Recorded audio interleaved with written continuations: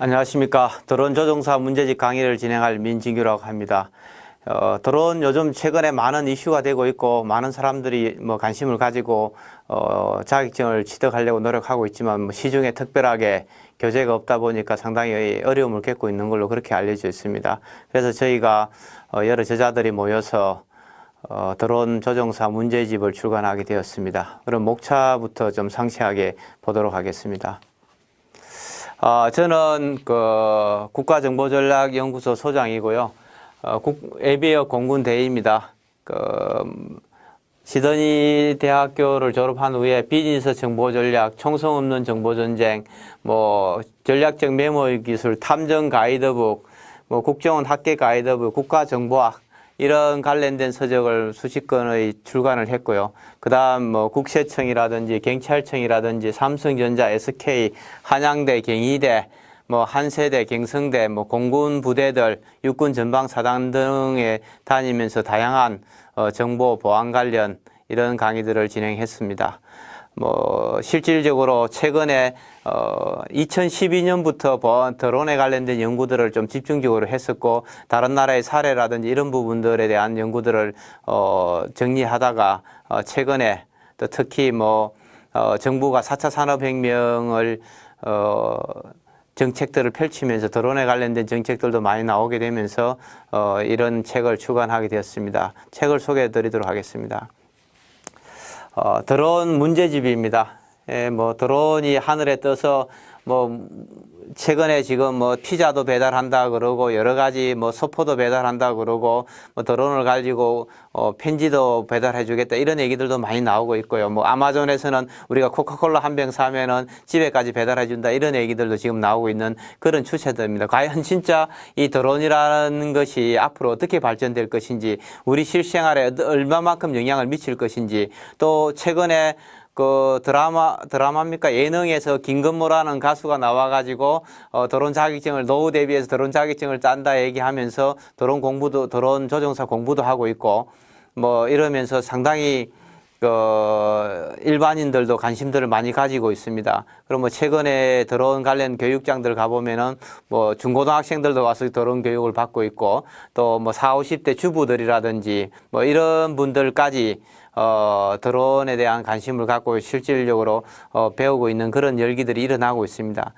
그럼에도 불구하고 제대로 된 수험서가 없다 보니까 여러 번 들어가서 시험 치고 떨어지고 또 시험 치고 떨어지고 몇 번씩 시험 친다고 그런 얘기들을 많이 전해 들었는데 이 책을 공부하시게 되면은 한 번만에 이 책만 공부하면은 합격할 수 있도록 저희가 다양한 기출 문제라든지 예상 문제들을 그렇게 포함시켜서 책을 출간하게 되었습니다. 책 내용이 기존의 다른 일반 전문 자격증을 준비하는 서적들과 마찬가지로 이론에 관련된 이론들도 충분하게 자세하게 요약하고 난 후에 그 이론들을 기반으로 문제를 풀 수 있도록 그렇게 책을 구성했습니다. 책의 목차를 한번 살펴보도록 하겠습니다.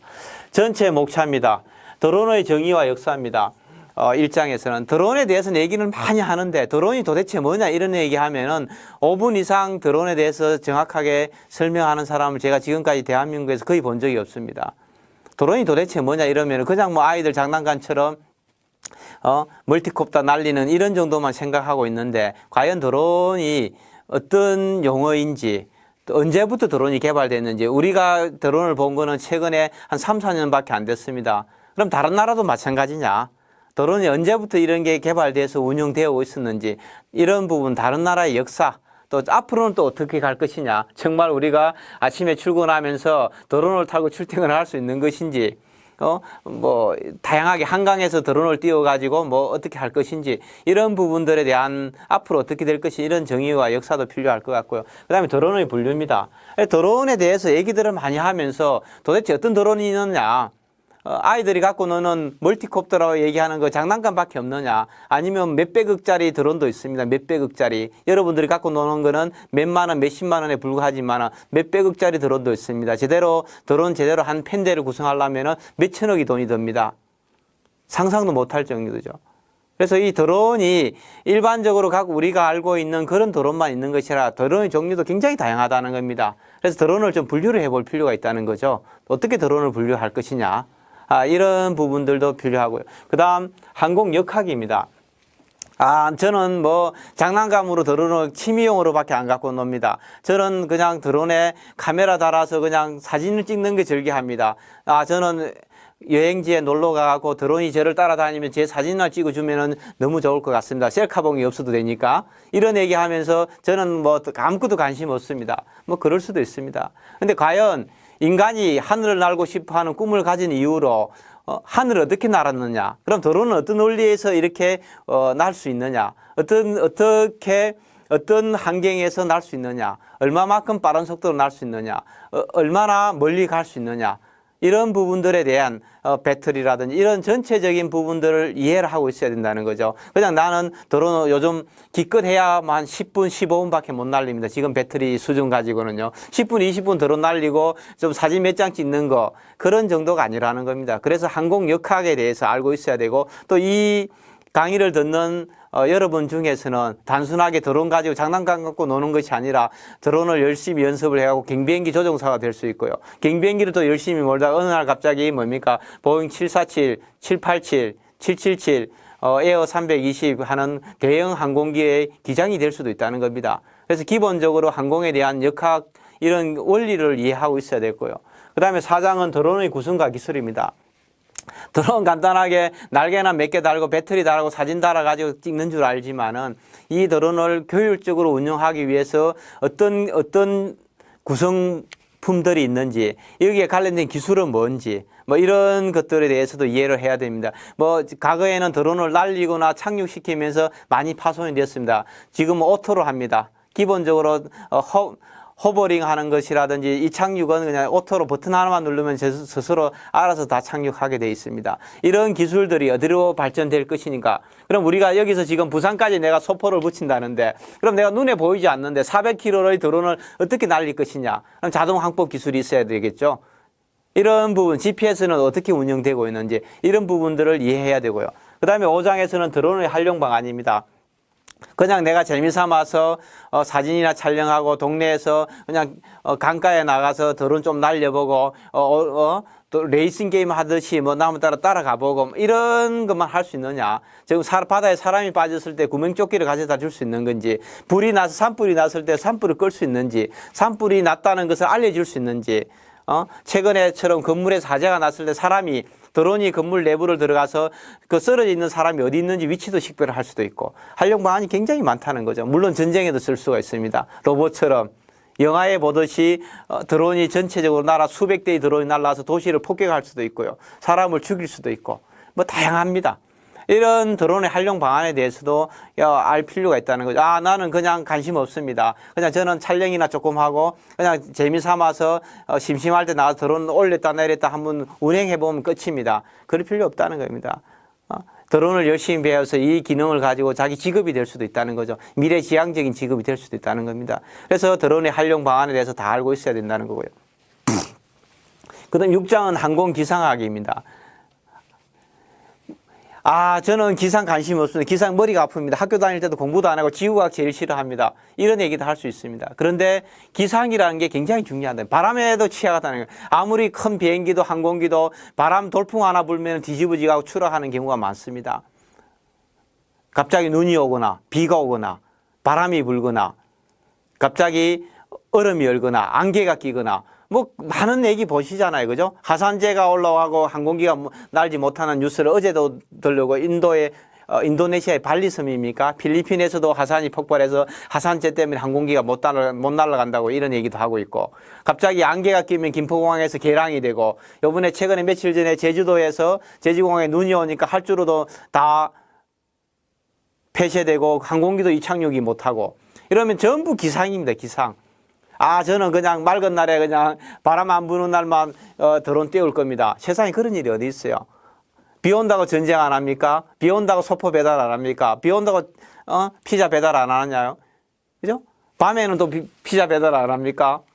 집에 있을 때 낮에 대낮보다 밤에 비 올 때 밖에 나가기 싫을 때 이럴 때 피자 배달해 먹거나 뭐 이렇게 해야 되는 건데, 그럼 배송하려고 그러면 그런 기상이라는 게 굉장히 중요하다는 거죠. 특히 사이즈가 작은, 무게가 작은 드론이라는 것은 기상이 더 취약하다는 겁니다.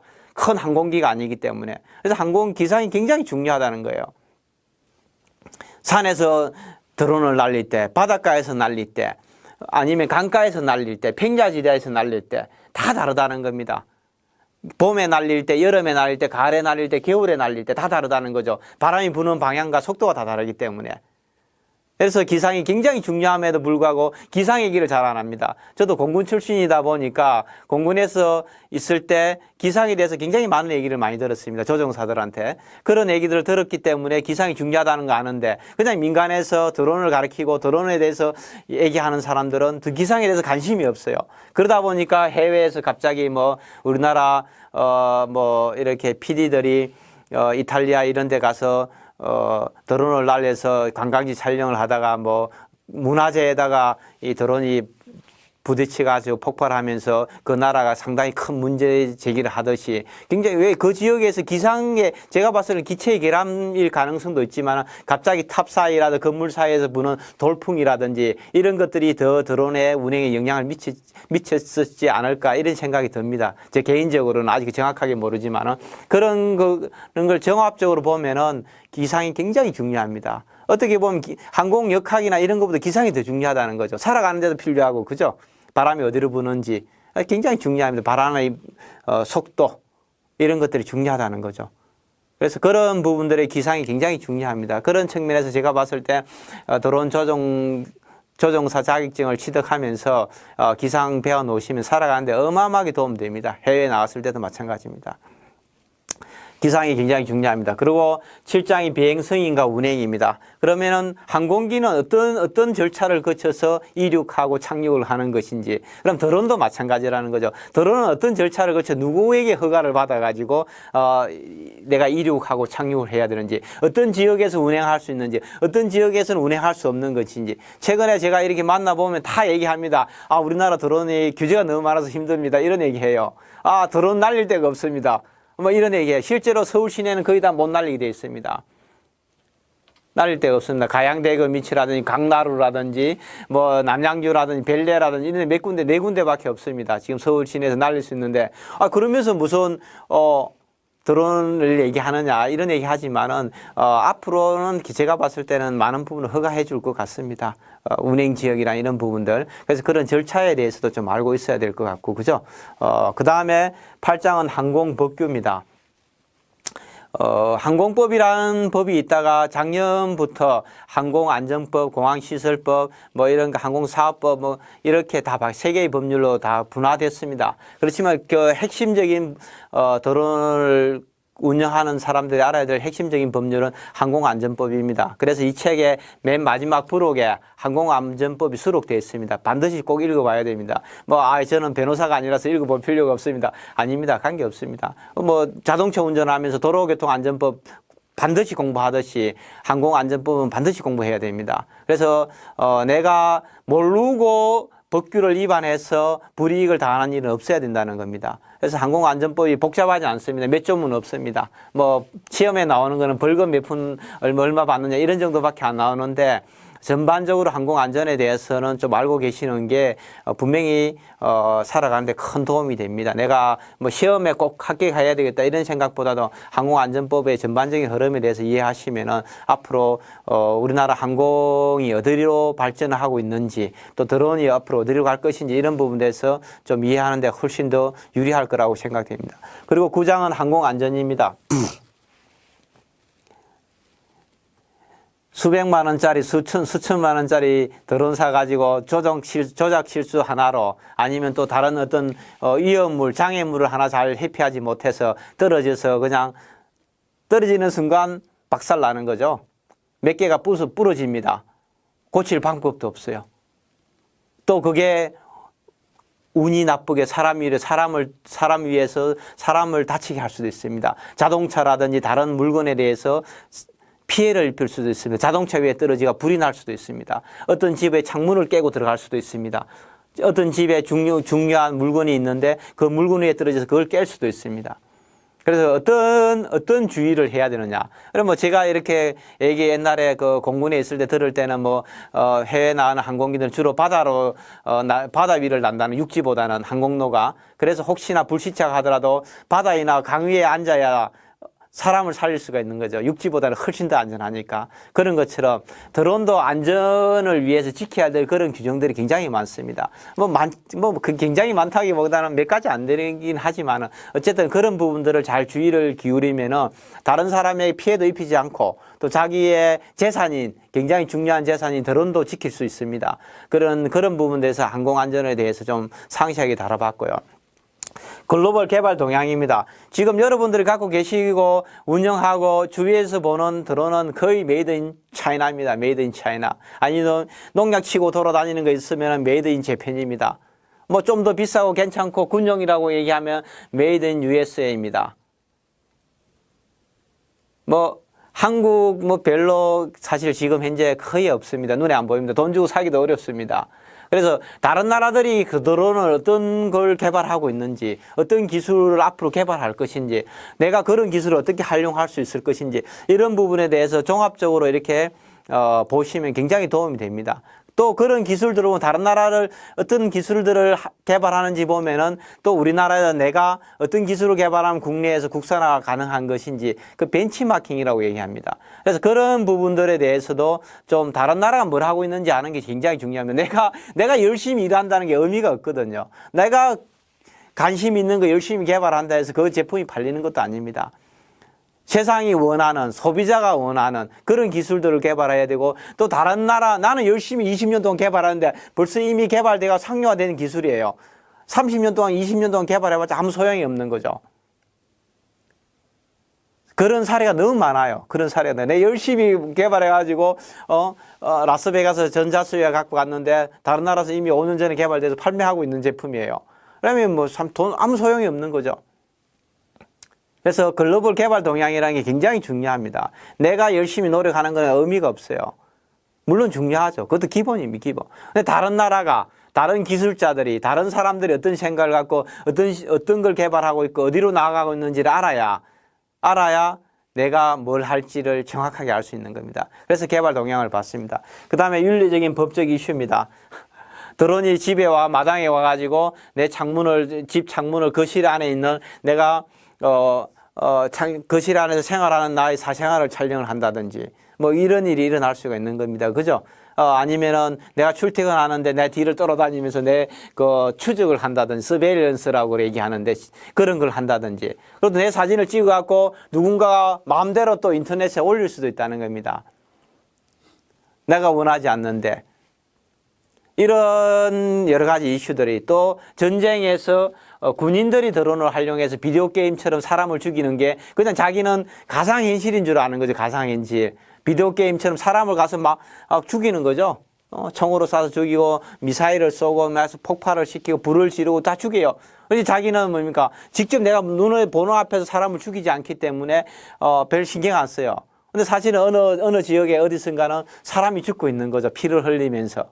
그래서 외상 후 스트레스 증후군이나 이런 것들 전쟁에 갔다 온 병사들이 월남전이라든지 아프가니스탄 전쟁이라든지 이라크 전쟁에 갔다 오는 미국의 병사들이 외상 후 스트레스 증후군에 걸려가지고 자살을 하거나 뭐 일상적인 생활을 못하거나 이런 경우들도 있는데 앞으로 제가 봤을 때 우리도 분명히 드론이 활성화되고 드론 산업에 많은 종사하는 사람들이 많이 나타나게 되면은 다양한 어떤 부작용이 일어날 수가 있습니다. 법적으로, 윤리적으로 마찬가지입니다. 그래서 이런 부분들에 대해서 우리가 뭘 준비해야 되는지 이런 걸 좀 고민해보자 이런 내용들을 넣고요. 그 다음에 드론의 미래입니다. 그런 얘기합니다.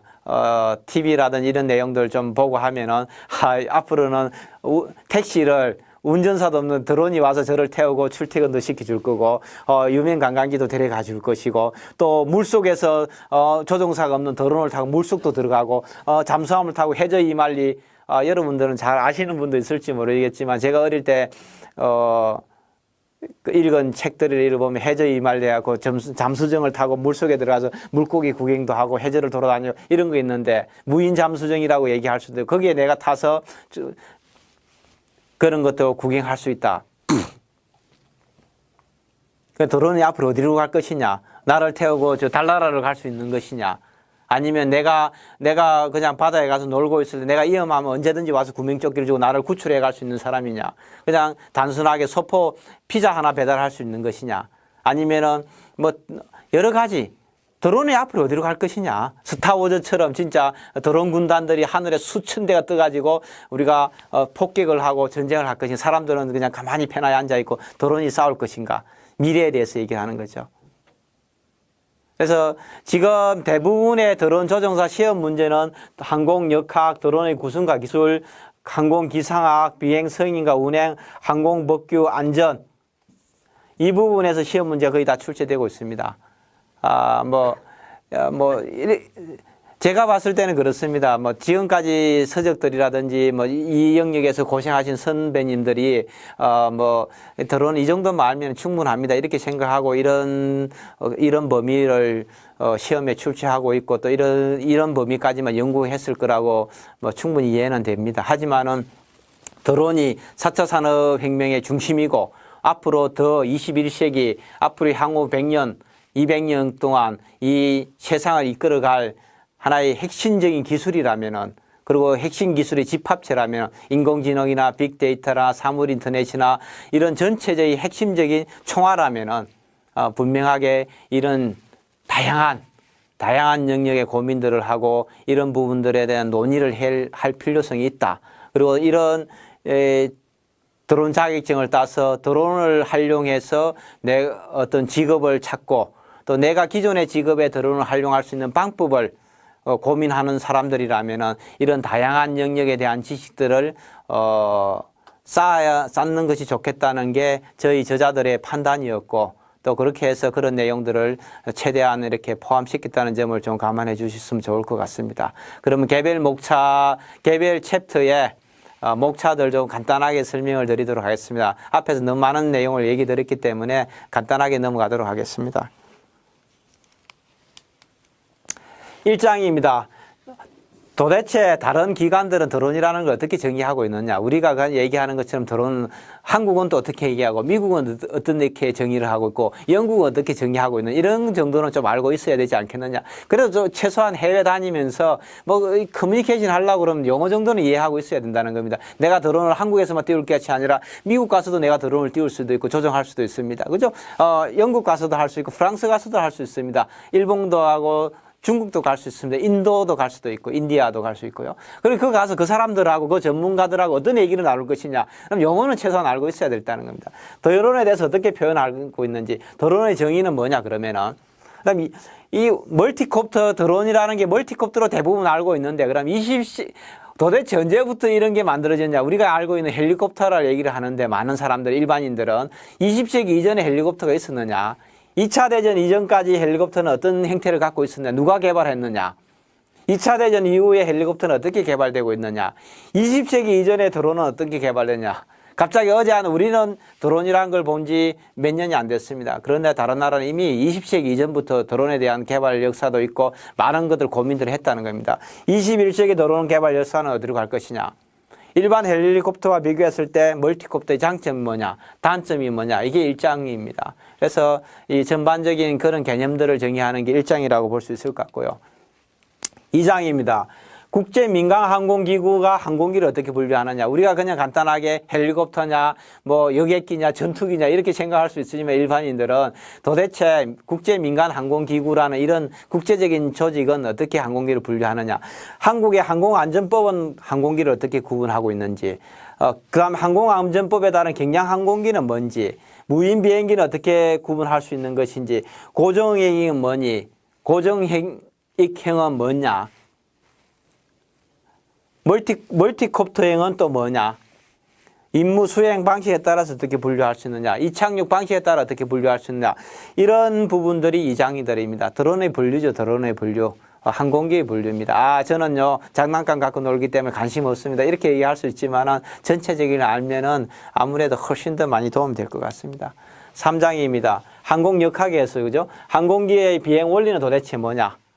그 다음에 어떤 시험에 자주 나오는 에어포일의 바등각은 뭐냐, 상대풍은 뭐냐, 항공기에 작용하는 힘은 뭐냐, 양력, 중력, 항력, 추력은 도대체 어떻게 발생하느냐, 어떤 방향으로 발생하고 있느냐, 항공기를 조정할 때는 어떻게 하느냐, 항공기의 운동원, 피치, 요, 로리는 어떤 걸 말하고 있는 거냐, 고양력 장치라는 게 도대체 뭐냐, 항공기의 날개는 도대체 어떻게 구성되어 있느냐, 헬리콥터의 비행 원리는 도대체 뭐냐, 어떻게 헬리콥터가 날아다니느냐, 그 다음에 헬리콥터의 제자리 비행, 전진, 후진, 행진, 자동회전 이런 거는 도대체 어떻게 해서 가능하냐, 원리들을 보는 거죠. 그 다음에 종류들, 헬리콥터가 우리가 매일 보는 거 소방 헬기만 열심히 보시고 9시 뉴스 보면은 그 방송국 헬기만 보시는데 종류가 또 이 4가지 정도가 구분할 수 있습니다.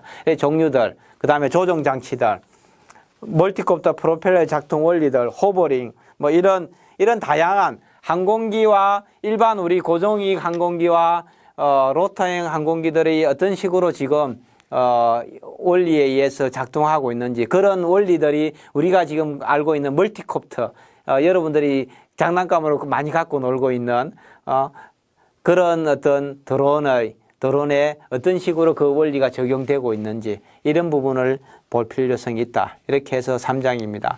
4장은 항공기의 기체에 영향을 미치는 외력이나 내력, 그 다음에 기체의 재료. 여러분들은 멀티콥터 갖고 노는 거는 플라스틱입니다. 플라스틱.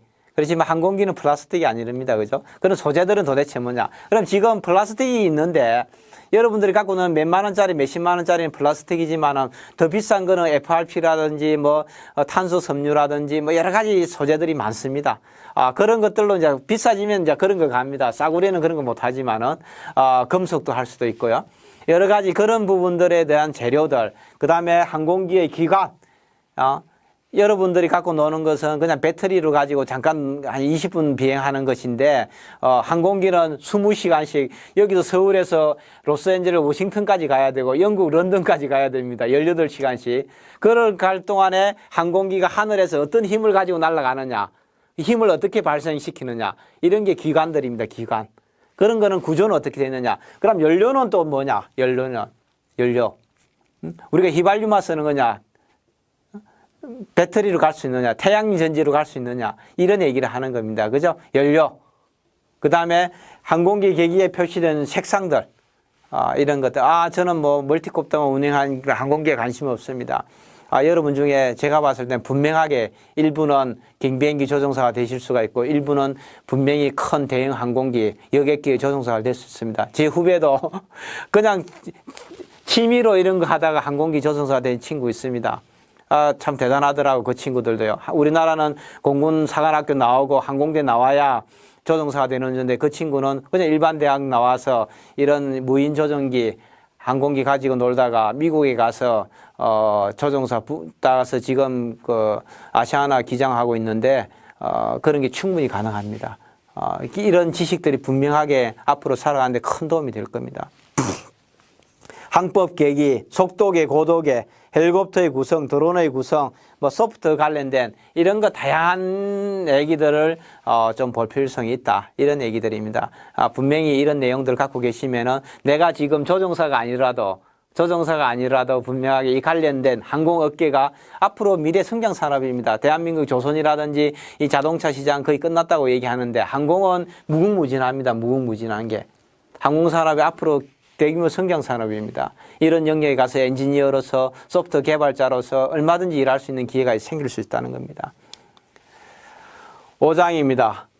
드론의 활용 방안입니다. 민수용 드론은 어떻게 활용할 수 있냐? 물류 운송 분야, 농업 분야, 재난 대응, 항공 촬영, 시설 관리, 그 다음에 드론을 활용 경우 장점들, 미국 국방부는 군사용으로 어떻게 드론을 활용하고 있는지, 군수물자 활용에는 어떻게 활용할 수 있는지, 민수 공공용 드론을 활용할 수 있는 시장은 뭔지, 공공용 드론 활용할 수 있는 분야는 뭔지, 드론을 그냥 뭐 취미생활 해도 좋습니다. 뭐 스트레스 푸는데 너무 좋다고, 저 어릴 때부터 꿈이 조종사였는데 뭐 시력이 안 좋아서 군대를 조종사는 안 됐지만은 저는 갖고 노는 게 너무 좋습니다. 뭐 저한테 그런 얘기하는 사람도 많습니다. 그래서 뭐 그렇게 해도 좋죠. 그렇게 해도 좋은데, 정말 이런 재능들이, 이런 기술들이 직업으로 연결되고 그렇게 그게 매일매일 또 먹고 살 수 있는 하나의 도구가 된다면 그만큼 행복한 게 없겠죠. 그죠? 자기가 즐겁고 재미나는 일이 자기 직업이 되는 것만큼 인생이 행복한 게 없습니다. 그래서 그런 부분들에서 활용할 수 있는 방법들. 어느 날 갑자기 내가 이걸 가지고 뭘 하겠다 이러는 것보다 다른 나라는 도대체 뭘 하고 있는지, 다른 사람들은 어떻게 활용하고 있는지 그런 걸 벤치마킹 하면서 나가 어떻게 활용할 것인지 찾는 게 훨씬 더 좋습니다. 그런 부분들에 대해서 한번 고민들을 해보라고 다양한 사례들을 제시했다. 이렇게 생각하시면 될 것 같습니다. 그 다음에 항공기상입니다.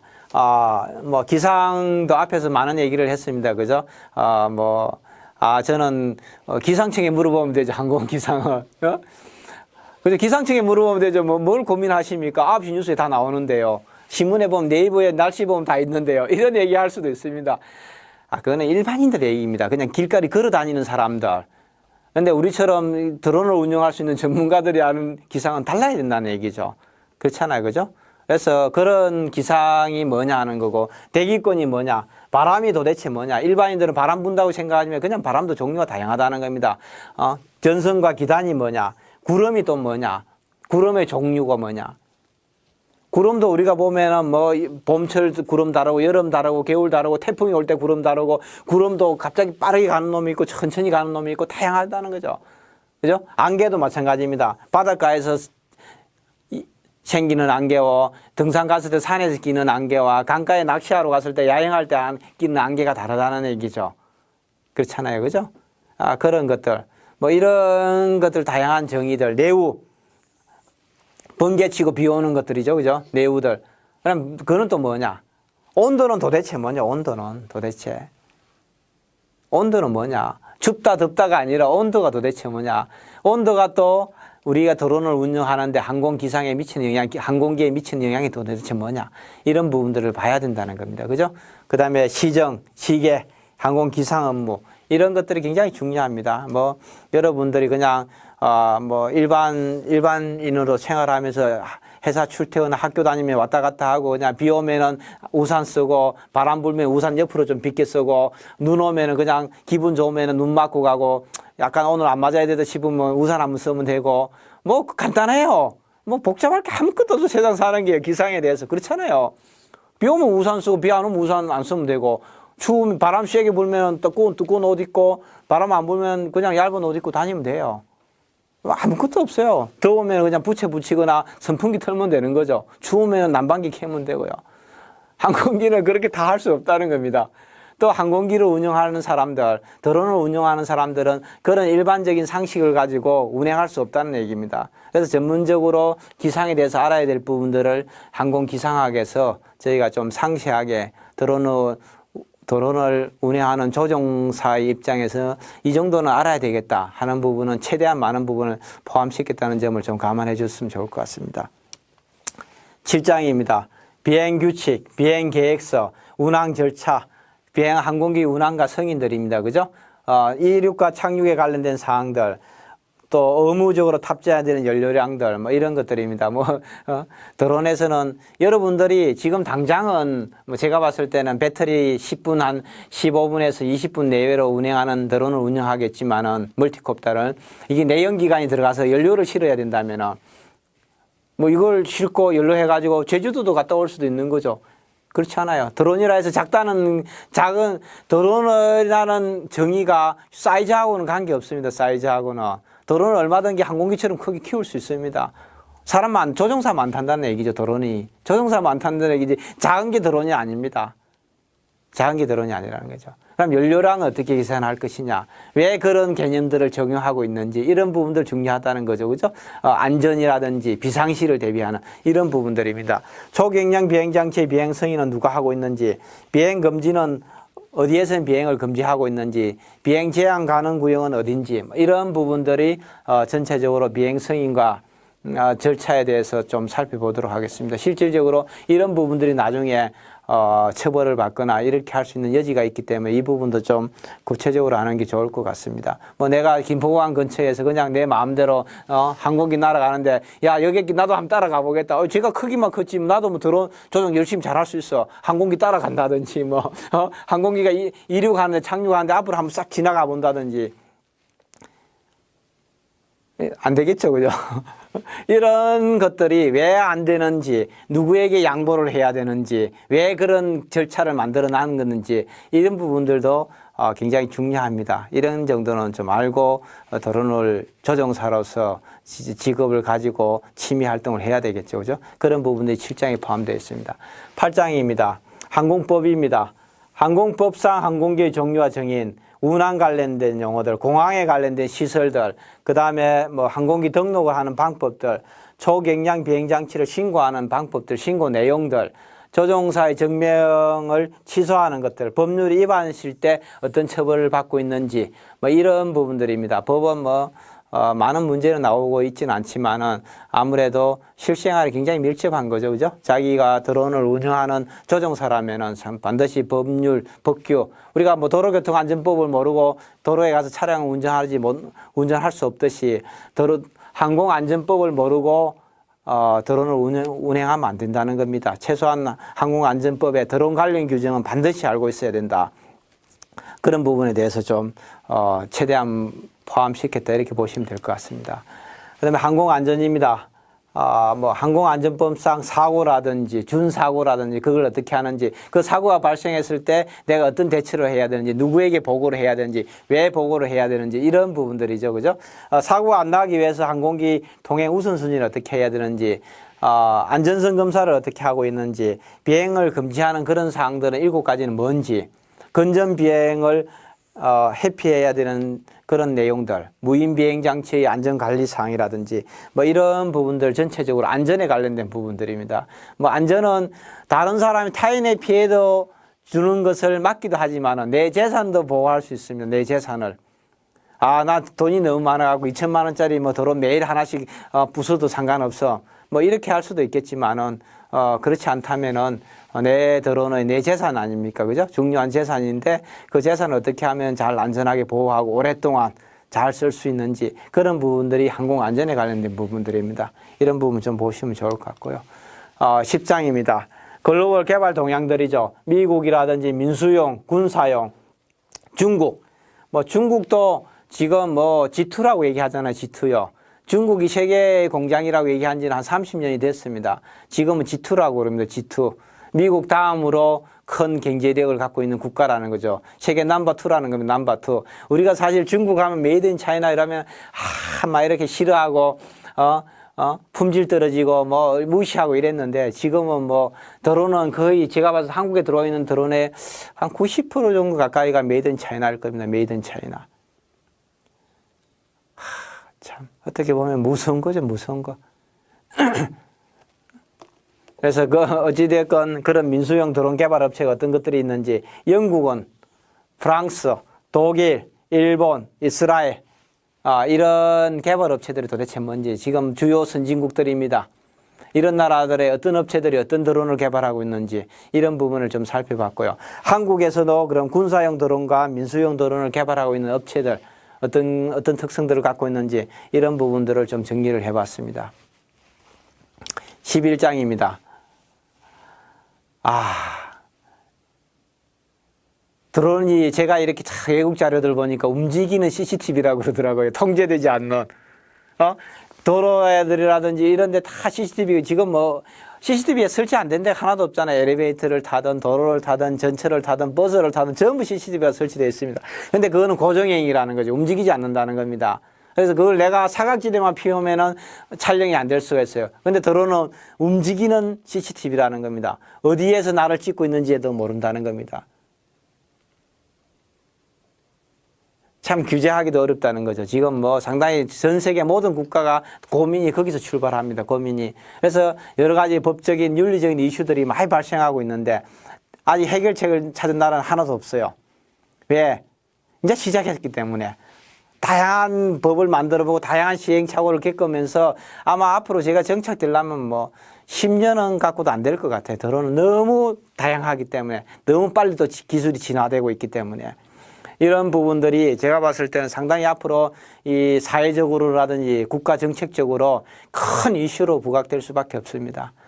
이런 부분들에 대해서 좀 고민들을 할 필요성이 있습니다. 자기가 이 분야의 전문가로서 성장하려면은, 그래서 군사용 드론에 관련된 이슈, 민수용 드론에 관련된 이슈, 프라이버시 침해, 사유지 침범 문제, PL법, 제조물 책임법 이런 부분들이 어떻게 적용될 수 있는지 뭐 간략하게 봤습니다. 물론 상세한 내용은 이론책에서 곧 출간될 드론 백과사전에서 좀 더 상세하게 보시면 좋을 것 같습니다.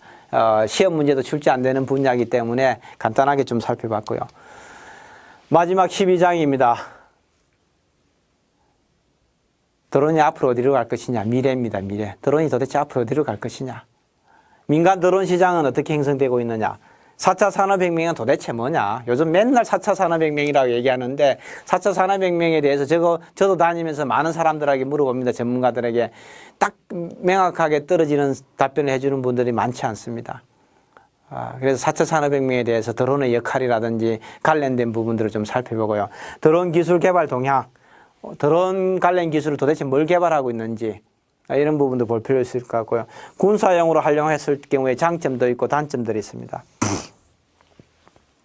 지금 전 세계 글로벌 드론 시장의 90% 이상이 군사용입니다. 민수용 시장은 10%도 채 안 됩니다. 한국 같은 경우에는 민수용 시장만 폭발적으로 기행적으로 성장한 거죠. 왜냐면 앞으로는 제가 봤을 때는 군사용 드론 시장이 훨씬 더 커질 겁니다. 한국도 마찬가지입니다. 그래서 육군에서는 드론 군단이 만들어지고 있고 각 사단 중대 단위까지 드론 부대를 만든다고 그러고 공군에서도 드론 비행단을 만들고 해군이라든지 해병대에서도 드론을 전투용으로 지금 활용하려는 그런 시도들을 많이 하고 있습니다. 그리고 각각의 기업들도 한전이라든지 수자항공사라든지 대한송유항공사라든지 이런 다양한 영역에서 드론을 활용해서 노동력 고령화 문제라든지 노동력 부족 문제라든지 비용 문제라든지 이런 부분들을 지금 해결하려고 많은 노력들을 하고 있습니다. 다양한 시도도 하고 있고요. 그런 부분들을 가지고 상당히 앞으로 정책이 될 것 같고요. 또 제가 봤을 때는 여러분들이 중고등학교 다니시고 대학 다니시면 드론 열심히 조정해 자격증 따시면 군대 가서도 드론을 훈련하는 부대에 가서 또 그런 한 3년, 2년 동안 드론 관련된 기술들을 익히고 또 민간에 나와서 또 관련 분야 취직을 해서 또 인생을 살 수도 있고 직업으로 선택할 수 있고 또 그런 기술과 항공역학이라는 관련된 그런 지식을 가지고 아시아나 대한항공도 들어가실 수도 있고 인천공항공사나 한국공항공사 같은 이런 항공 관련 아니면 카이 같은 한국우주항공 같은 항공 관련된 기업에 가서 또 그런 기술들을 활용할 수 있는 그런 기회는 굉장히 많을 거라고 생각됩니다. 그래서 지금에 관련된 부분들, 이론들을 가지고 나하고 관계없습니다. 시험에 나오지 않습니다. 이런 얘기하기보다는 좀 더 관심을 가지고 지식의 폭을 넓히면은 분명히 인생에 큰 도움이 되실 수 있을 거라고 좀 생각이 됩니다. 그래서 이게 12장까지 저희가 어떤 책에서도 구성하지 않았는데 저희가 12장을 구성한 이유가 있고 다양한 챕터에 대해서 저자들이 각각이 자기 영역에 대한 전문 지식을 가지고 이 책을 구성하고 집필하였다는 점을 다시 한 번 더 밝혀둡니다. 그래서 각각의 챕터별로 전문 지식을 가지고 있는 그런 어떤 저자들이 자기 분야의 내용을 가지고 강의를 진행하도록 하겠습니다. 그런 부분들을 감안하셔서 전체적인 내용을 파악하시면 좋을 것 같고 드론 관련된 궁금한 내용 또 강의 내용이 좀 차이가 있다. 내 생각은 다르다. 아니면 이런 내용이 앞으로 책에 포함되어 있으면 좋겠다. 또 시험 치러 가보니까 우리가 강의한 내용보다는 또 이런 내용이 또 있더라. 이런 부분들에 좋은 지원이라든지 이런 아이디어가 있으시면은 전화, 팩스, 이메일입니다. 그 다음에 저희 국가정보전략연구소 홈페이지가 다 있습니다. 거기 와서 메일을 주고 기록을 남겨놓으시면은 바로바로 답변해드리고 강의도 바로바로 업그레이드 할 수 있도록 그 저자들이 공동으로 최선의 노력을 다하겠습니다. 아무쪼록 강의 내용을 잘 들으시고 드론 조종사가 되는 자격증 시험 합격하는데 많은 도움 되기를 바라고, 또 이와 더불어서 바로 문제집에 그 시험 문제 200문제를 시험에 출제 가능성이 높은 200문제를 강의를 해서 그 강의만 들으면은 드론 조종사 시험 문제 시험에서 100%는 아니지만은 열심히 들으면은 충분히 합격할 수 있도록 저희가 최선을 다해서 도와드리도록 하겠습니다. 문제풀이 강의에 대해서도 좀 많은 관심을 가지고 좀 수강해 주셨으면 좋겠습니다. 이상 드론 조종사 문제집 이론 요약 강의 소개를 마치도록 하겠습니다.